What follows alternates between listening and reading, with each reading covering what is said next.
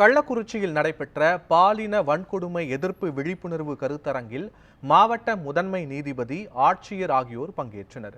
கள்ளக்குறிச்சி மாவட்ட நீதித்துறை சார்பில் சின்னசேலம் அருகே உள்ள இந்திலி ஆர்கேஎஸ் கல்லூரியில் பெண்களுக்கான உரிமை, சமத்துவம் மற்றும் பாலின வன்கொடுமை குறித்த விழிப்புணர்வு கருத்தரங்கம் நடைபெற்றது.